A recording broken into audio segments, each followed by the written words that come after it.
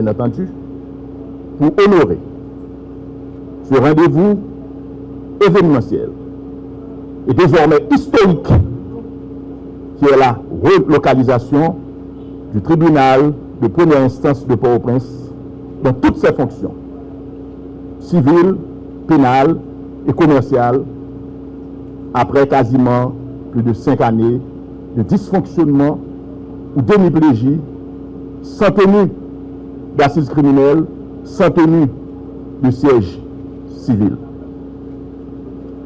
Cette relocalisation va permettre aux hommes et aux femmes de la Bazoche de se relancer professionnellement, de se remettre au travail en participant activement à la relance de l'économie du pays, sachant que les cabinets d'avocats sont des petites et des moyennes entreprises dotées de personnel d'environ 10 personnes en moyenne.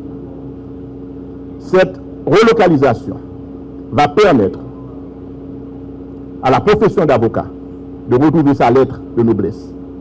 Aux personnes qui sont en détention prolongée d'avoir accès à la justice, d'exercer leur droit à un tribunal, d'exercer leur droit à un juge et à une décision judiciaire. Nous savons que pertinemment, la place du tribunal de première instance au palais de justice est au Champ de Mars, le cœur historique de Port-au-Prince. Et que nous sommes dans une solution mitigée de fonctionnement dicté par les impératifs de la conjoncture du moment. Et en passant, nous remercions le CNUD d'avoir pris à sa charge l'ameublement de l'espace. Je voudrais profiter de ce moment solennel pour annoncer l'adoption d'un décret avec le soutien bien entendu du CSPJ, du Haut Commissariat des Nations Unies aux droits de l'homme, un décret portant création de 2 pôles judiciaires spécialisés afin de renforcer le système judiciaire. Le premier pôle sera compétent pour juger les auteurs des crimes de masse constituant des violations graves et systématiques des droits de l'homme, ainsi que les violences sexuelles commises dans le cadre de la criminalité organisée. Ces violences sexuelles, en particulier les viols commis sur les femmes, les filles haïtiennes, traversent une sensibilité profonde qui se situe au-delà de la douleur que ressentent ces victimes et au-delà même de la mort de ces victimes, car ils portent atteinte à la dignité humaine, ils portent préjudice à l'estime de soi, cette valeur fondamentale qui nous enseigne constamment que nous sommes tous des êtres humains. Il nous faut dire que ces crimes honteux engagent la responsabilité internationale de l'État, une responsabilité positive procédurale, dans le sens que l'État a pour obligation d'aller chercher les auteurs des infractions, leurs complices, et de les juger conformément à quelques rangs, à quelques grades qu'ils puissent appartenir. Le second pôle sera compétent pour juger les crimes financiers. L'année dernière, le CPT a adopté un décret, toujours dans le cadre du renforcement judiciaire, portant création de 5 nouvelles juridictions. Nous travaillons pour les rendre opérationnelles.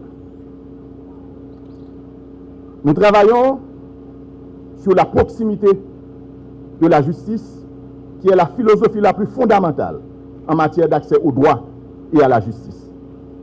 Et 10 parmi les juridictions existantes, c'est-à-dire parmi les 18 juridictions existantes, 10 d'ici l'horizon de la fin du mois de mai prochain seront dotés de systèmes d'énergie autonomes et d'éclairage.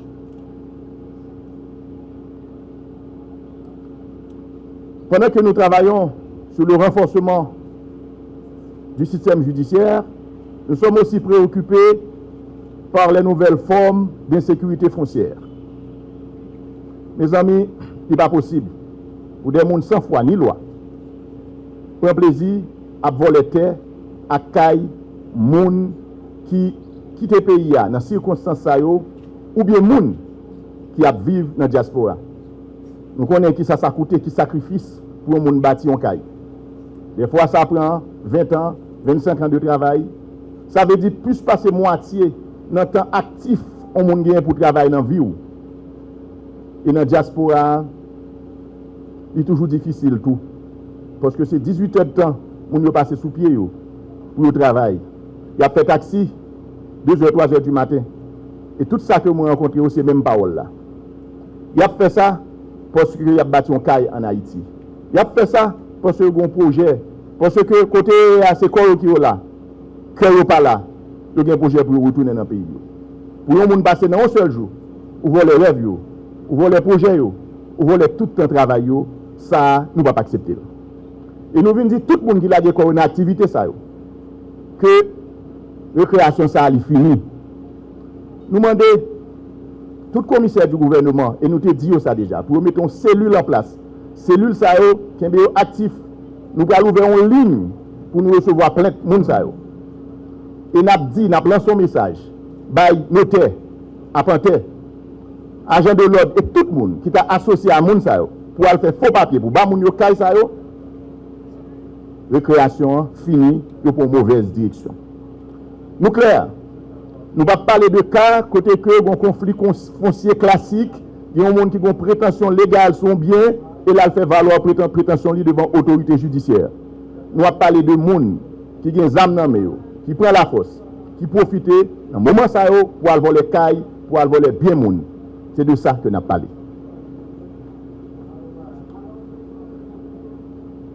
Mes amis, il y a un pile problème dans le système judiciaire là et nous connaissons ça.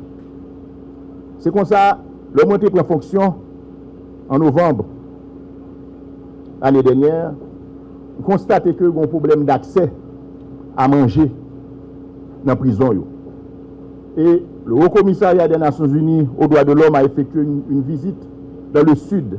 Nous avons partagé des photos avec nous, nous partagé des rapports. Organisation de droits humains, sonner sonnette d'alarme. Parce que manger, pas arriver à jouer un prisonnier, il y a des gens qui mourent grand goût. Dans les recherches livrées par DAP Port-au-Prince, il y a des difficultés pour le transporter parce que pas d'accès routier. Et dès lors, soit arrivé avec un grand retard ou bien pas arrivé du tout. Et par conséquent, c'est les gens qui ont un bon cœur dans la communauté qui prennent soin des prisonniers. Nous avons chité ensemble avec tous les fournisseurs. Nous avons refait contrat. Et nous avons exigé à ce que vous livrez dans les recherches directement à partir de port, province que vous prenez, directement dans la juridiction, dans la prison. Ça veut dire nous décentraliser le service d'approvisionnement dans les recherches prisonniers. Et à ce moment, si nous constatons que les clients par nous-mêmes, qui sont prisonniers, qui sont 7605 personnes qui ont jugement, si c'est 1249 personnes qui sont condamnées à plus de peine, ils ne sont pas satisfaits.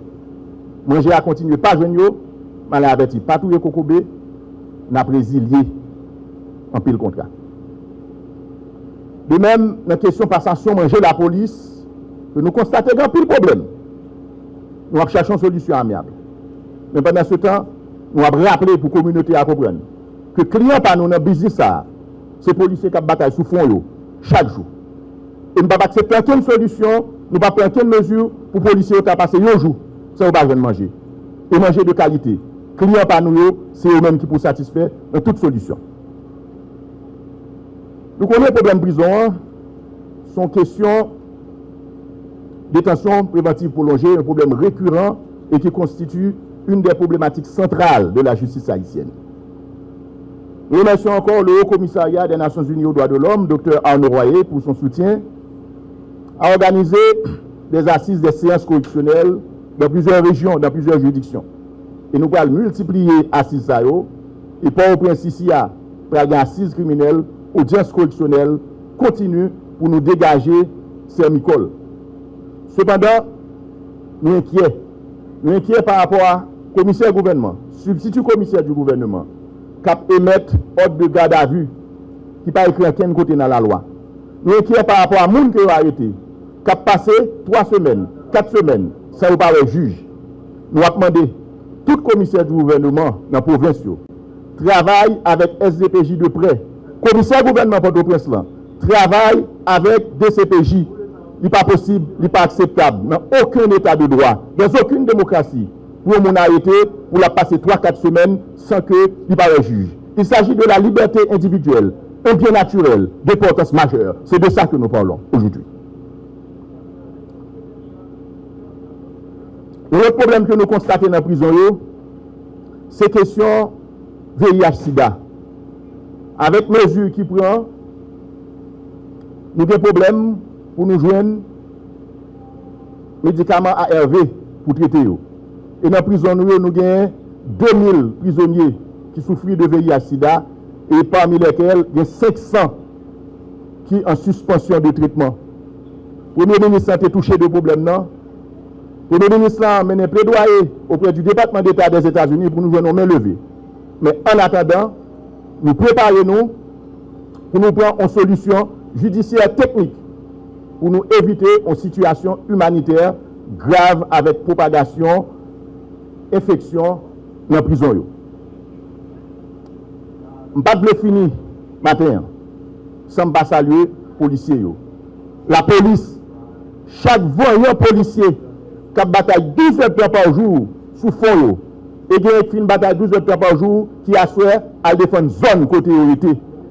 Nous avons pensé spécial pour eux. Nous avons pensé spécial pour ceux qui sont victimes. Nous avons pensé spécial pour les policiers kenyans qui tombent. Nous avons pensé spécial pour les soldats FADH qui tombent. Nous avons pensé spécial pour la population, femmes, garçons, petits monde, filles, petits bébés qui sont victimes en bas de criminels. Nous sommes fermes avec la police nationale d'Haïti. Et nous avons bali tout moyen que nous sommes capables, qui est nécessaire pour lui faire travail là. Le président CPTA, il a annoncé un budget de guerre.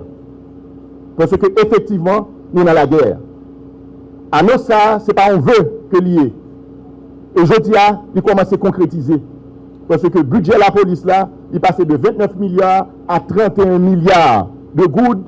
Et en d'un budget ça, il y a 7 milliards 600 millions pour acheter des armes, pour acheter matériel, pour faire travail là. Et nous clairs, nous-mêmes, de côté ministère de la Justice. Pour moi, ça seulement, mois de mars, ça a fini là.